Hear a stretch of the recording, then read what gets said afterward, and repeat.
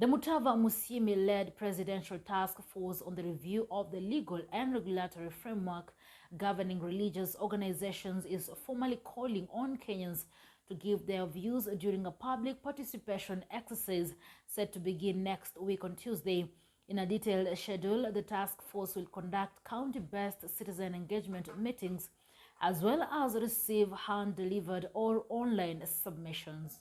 The government's effort to regulate the operations of religious organizations, with Kenyans said to give their views to the Presidential Task Force chaired by former MP Mutava Musyimi. Interior Cabinet Secretary Kithure Kindiki yesterday announced that the task force will commence its sittings immediately and ask Kenyans to offer their views on the way forward. He urged the task force to talk to the church and all stakeholders to come up with regulations on registration of churches. I want to request the people of Kirinyaga, the people of Kenya, to come out and speak openly and candidly on what you'd want us to do as government, what we need to strengthen in terms of policies, laws, procedures, to make sure that a few people hiding behind the Bible and the Holy Scriptures of God do not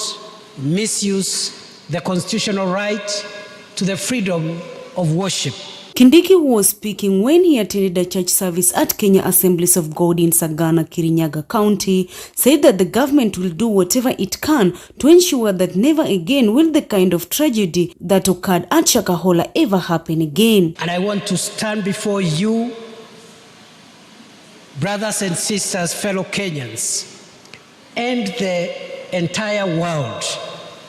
I stand before you and before God to promise you that this government will do whatever it takes, will do whatever it needs to be done to make sure that never again do we have the kind of damage that we got at Shakahola Forest. President William Ruto on May 5th appointed the task force chaired by former Mbeere South MP Mutava Musyimi to review the legal and regulatory framework governing religious organizations. We want to provide a framework agreed with our religious leaders, a framework that will provide for self-regulation so that church, so that religion, so that our spiritual leaders can have a mechanism where they can point out to government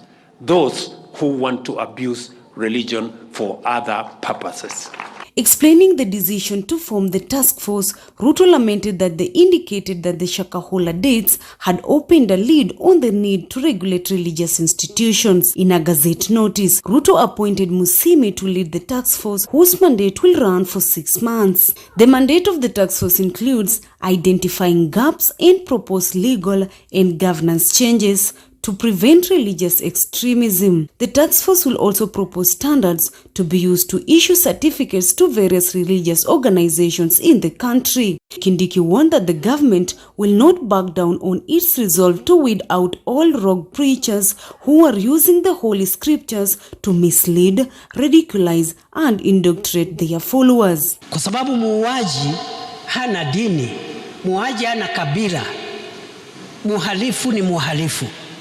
Akijificha kwa Waislamu, tutamfichua pale. Akijificha kwa Ukristo, tutamtoa pale. Akijiweka katika dini za kitamaduni, tutamtoa pale. And the way we have succeeded in the fight against terror and Islamic extremism, we will also succeed in those who misuse the Holy Scriptures and the Word of God and the empowering gospel of Jesus Christ to commit murders, to commit atrocities like what we have seen down in Shakahola. Church leaders are opposed to President Ruto's move to gazette the task force, terming it as a knee-jerk reaction to the Shakahola massacre.